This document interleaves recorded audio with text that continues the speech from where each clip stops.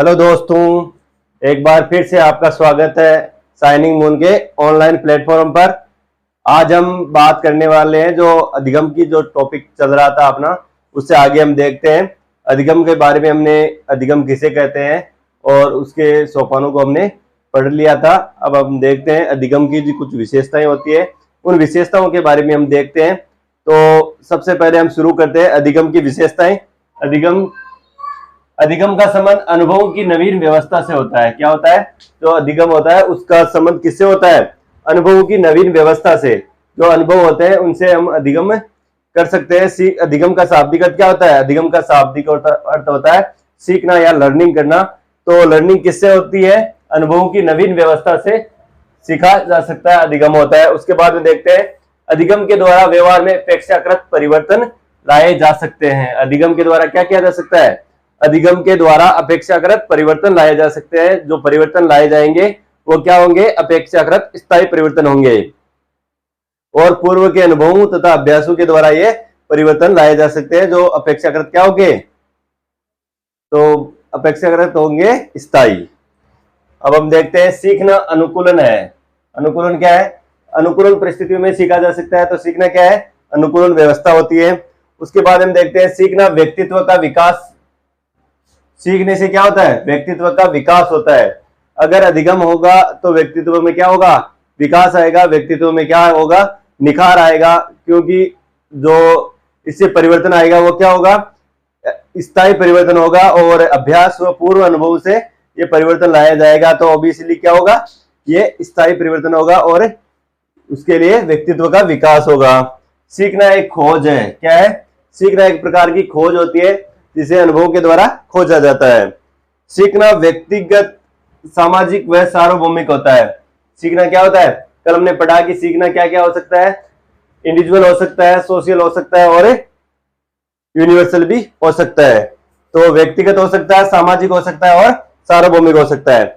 सीखना वातावरण व क्रियाशीलता की देन है। क्या है? सीखना वातावरण व क्रियाशीलता की देन है। वातावरण की और क्रियाशीलता की, अगर एक्टिव रह के हम सीखते हैं तो जल्द कुछ सीख सकते हैं। और ये क्या है? क्रियाशीलता व एक्टिवनेस की जो वातावरण की देन है। सीखने से उद्देश्य की प्राप्ति होती है। अगर हमने कुछ उद्देश्य बना रखे हैं तो उसको क्या कर सकते हैं? उद्देश्य की प्राप्ति करने के लिए हम कुछ अधिगम करेंगे तो हमें उद्देश्य की प्राप्ति होगी। उसके बाद हम देखते हैं सीखना समायोजन में सहायक होता है। ये अधिगम क्या होता है? समायोजन में हमारी मदद करता है। एडजस्टमेंट में क्या होती है? एडजस्टमेंट में हमारी मदद करता है। सीखना व विकास एक दूसरे के पर्याय नहीं होते हैं। सीखना और विकास क्या है? हमने कल पढ़ा। सीखना जो अधिगम होता है और उसके और परिपक्वता के अंतर पढ़े। तो इसमें क्या होता है? सीखना और विकास एक दूसरे के पर्याय नहीं होते हैं। अधिगम व्यक्ति के सर्वांगीण विकास में सहायक होता है। जो अधिगम होता है वो व्यक्ति के क्या होता है? सर्वांगीण विकास में सहायक होता है। तो एक बार फिर से हम देखते हैं इसकी विशेषताएं। अधिगम का संबंध अनुभवों की नवीन व्यवस्था से होता है। अधिगम के द्वारा व्यवहार में अपेक्षाकृत परिवर्तन लाए जा सकते हैं। सीखना अनुकूलन होता है। व्यक्तित्व का विकास होता है। इसे ये खोज होती है। ये व्यक्तिगत, सामाजिक व सार्वभौमिक होता है। वातावरण व क्रियाशीलता की देन है। सीखने से उद्देश्य की प्राप्ति होती है। सीखना समायोजन में सहायक होता है। सीखना व विकास एक दूसरे के पर्याय नहीं होते हैं। अधिगम व्यक्ति के सर्वांगीण। अधिगम के सोपान। अधिगम के सोपान क्या होते हैं? मुख्यतः अधिगम के 8 सोपान माने गए हैं। मुख्यतः अधिगम के सोपान 8 माने गए। तो सोपान का क्या अर्थ हो गया? सोपान का मतलब होता है चरण या सीढ़ी, यानी किस प्रकार अधिगम आगे बढ़ता है, किस प्रकार हम सीखते हैं। तो अधिगम के कितने सोपान होते हैं? 8 सोपान माने गए हैं। अधिगम के 8 सोपान माने गए हैं। तो पहला हम देखते हैं आवश्यकता। अगर किसी चीज की आवश्यकता हमें महसूस होगी तभी हम सीखने के लिए कोशिश करेंगे। क्या होगी? अगर हमें नीड होगी, आवश्यकता होगी, अगर हमें किसी चीज की नीड होगी, आवश्यकता महसूस होगी तो तभी हमें कुछ सीख पाएंगे। आवश्यकता, प्रेरणा, अभिप्रेरणा। अगर हमारे सामने मोटिवेशन कोई चीज है या नीड मिलेगी या किसी आवश्यकता हमें महसूस होती है तभी हम उसके लिए एफर्ट करेंगे। बिना आवश्यकता के हम उसके लिए सीखने की कोशिश कोई नहीं करता। अगर आवश्यकता है तभी हम कुछ सीखने की कोशिश करेंगे। सेकंड जो स्टेप है वो है लक्ष्य या उद्देश्य। कोई ना कोई लक्ष्य या उद्देश्य होना चाहिए जिसके लिए वह कोशिश करता है। क्या होनी चाहिए? कोई ना कोई लक्ष्य या उद्देश्य होता है जिसके लिए उसको एफर्ट करने की जरूरत होती है या कोशिश करेगा। तो पहले आवश्यकता, बाद में लक्ष्य। लक्ष्य होना बहुत जरूरी है। उसके बाद हम देखते हैं बाधा या तत्परता। जब हमने लक्ष्य निर्धारित कर लिया, हमारे सामने आवश्यकता है और हमने क्या कर लिया, लक्ष्य निर्धारित भी कर लिया, और बाद में क्या होती है, बाधा आती है या तत्परता आती है। जैसे किसी हमें बाधा, बार बार बाधा महसूस होती है या तत्परता हम करते हैं। उसके बाद में नेक्स्ट हम देखते हैं परिस्थिति या अधिगम वातावरण। हमारे सामने ऐसी परिस्थिति बनती है, अधिगम के लिए परिस्थिति या वातावरण होता है ताकि हम उसके लिए सीख सकते हैं।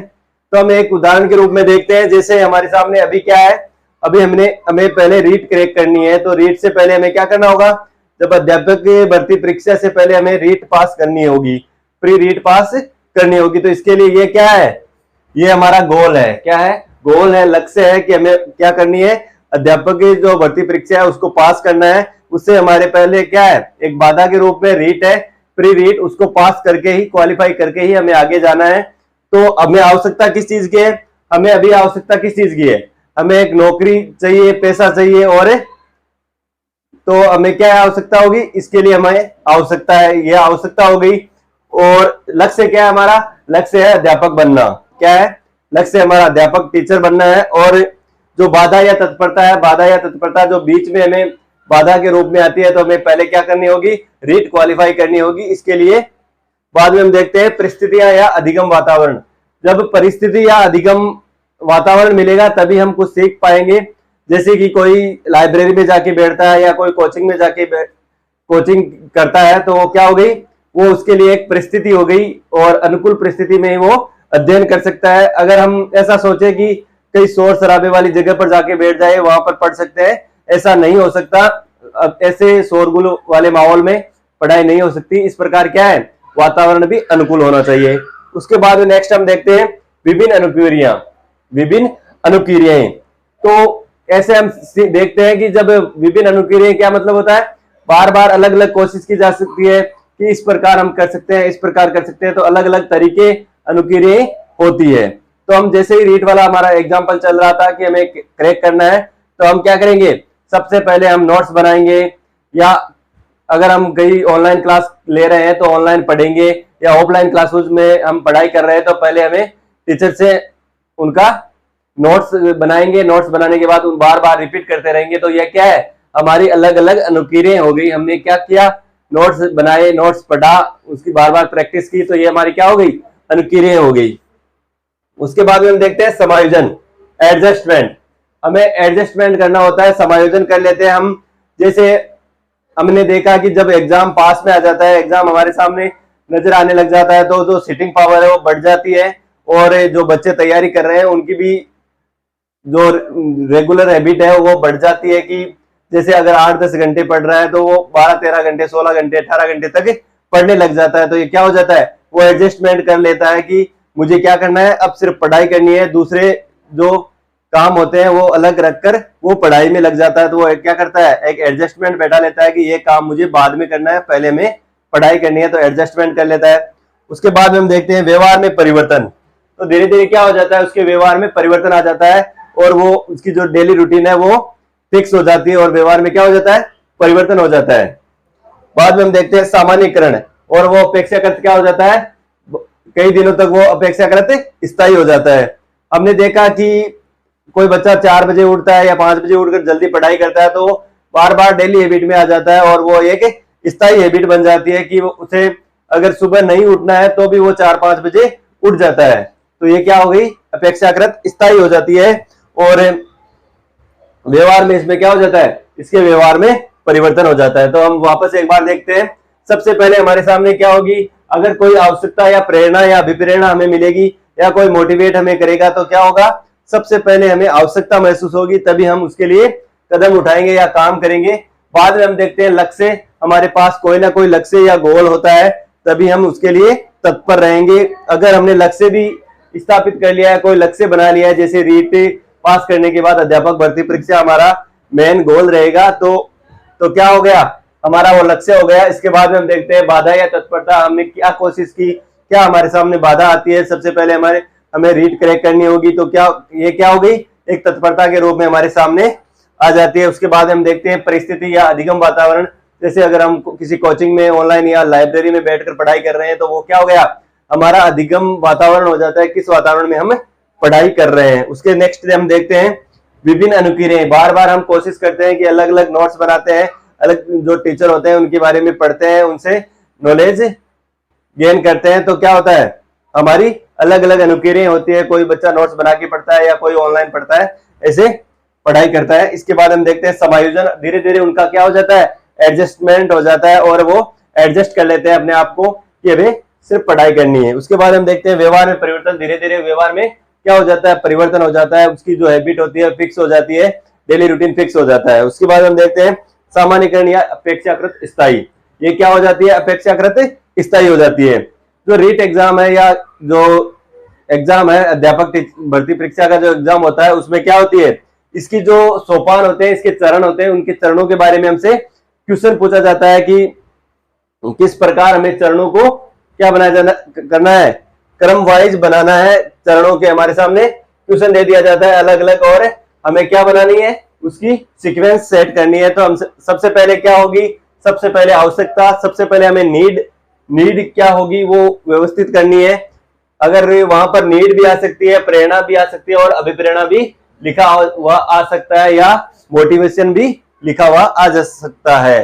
बाद में हम देखते हैं गोल, लक्ष्य। गोल, अगर हमारे सामने गोल क्या है तो गोल भी होना चाहिए हमारा गोल या लक्ष्य। गोल भी आ सकता है, बाधा या तत्परता, परिस्थिति, अधिगम वातावरण आ सकती है।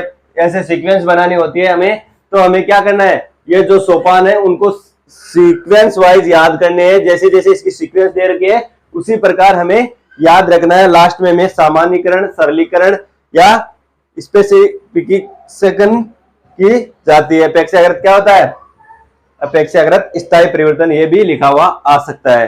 तो आप इसको ध्यानपूर्वक पढ़कर जाए, तो हर एग्जाम में बार बार ये क्वेश्चन पूछा जा रहा है कि इसके सोपान क्या होंगे, तो ये आपके लिए बहुत बहुत इंपॉर्टेंट हो गया। इसके बाद हम देखते हैं स्मिथ ने अधिगम के 3 सोपान बताए। स्मिथ ने कितने सोपान बताए, स्मिथ ने अधिगम के 3 सोपान बताए।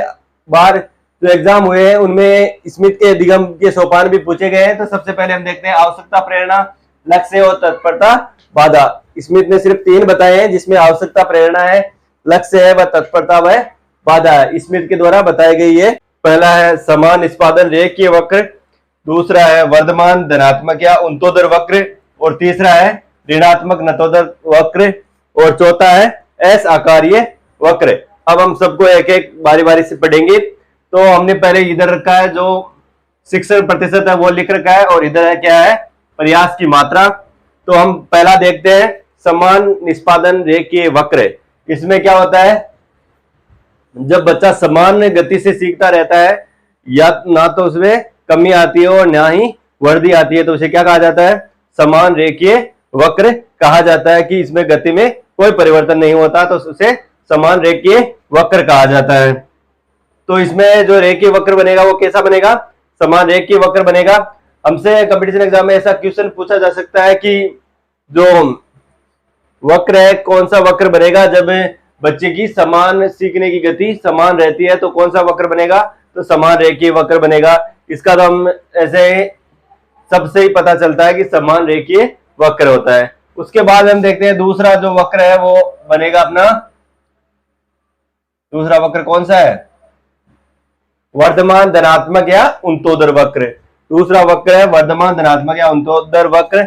इसमें क्या होता है, जब कोई टॉपिक कठिन होता है, जब कोई लेसन या टॉपिक कठिन होता है, तो उसमें जब शुरुआत में क्या होता है, शुरुआत में अगर उसको समझने में टाइम लगता है, समय लगता है, और धीरे धीरे वो इसमें क्या हो जाता है, महारत हासिल कर लेता है और उससे टॉपिक को पूरा कंप्लीट कर लेता है अपनी अधिक स्पीड की वजह से। तो हम देखते हैं कि जब शुरू में क्या होता है, शुरू में समझ में कम आता है और धीरे धीरे समझ में आने लग जाता है, तो इसकी गति भी बढ़ जाती है। तो क्वेश्चन ऐसे पूछा जा सकता है कि एक बच्चा क्या कर रहा है, एक बच्चा शुरू में किसी पार्ट को पढ़ने में बहुत ज्यादा समय ले रहा है और धीरे धीरे वो उसकी गति बढ़ जाती है, तो कौन सा वक्र बनेगा, तो उस समय कौन सा वक्र बनेगा, वर्धमान धनात्मक उन्तोदर वक्र। तो हमें ध्यान रखना है कि कौन सा वक्र, इसका नाम हमें ध्यान रखना है, वर्धमान धनात्मक या उन्तोदर वक्र।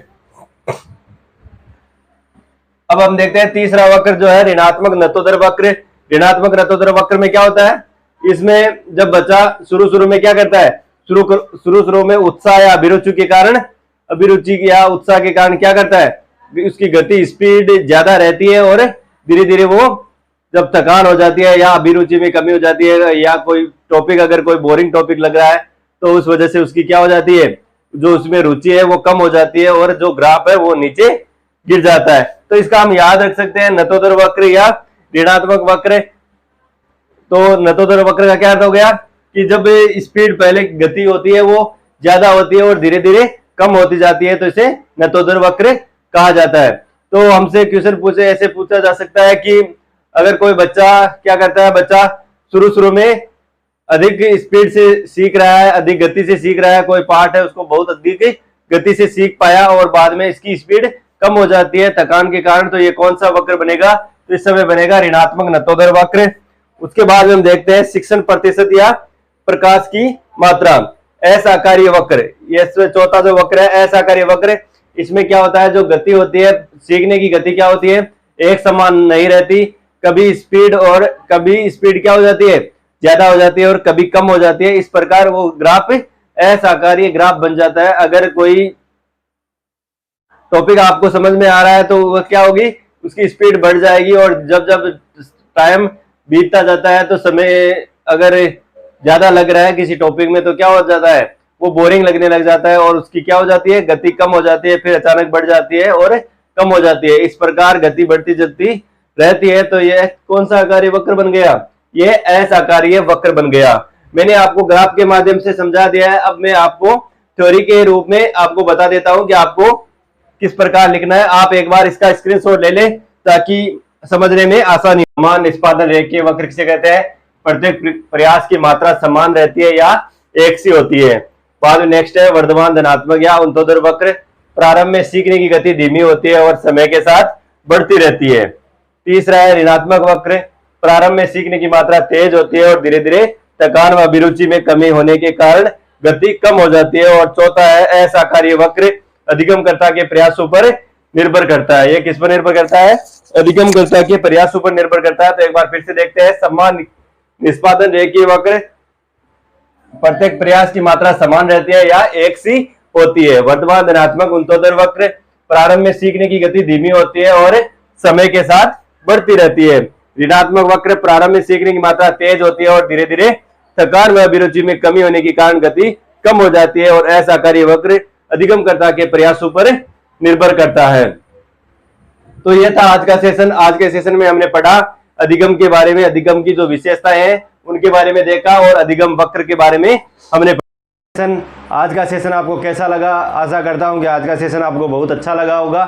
अगर अच्छा लगा हो तो अपने दोस्तों को ज़रूर शेयर करें और अगर चैनल पर नए हो तो चैनल को सब्सक्राइब करें। Thank you for watching. पढ़ते रहे और मस्त रहे।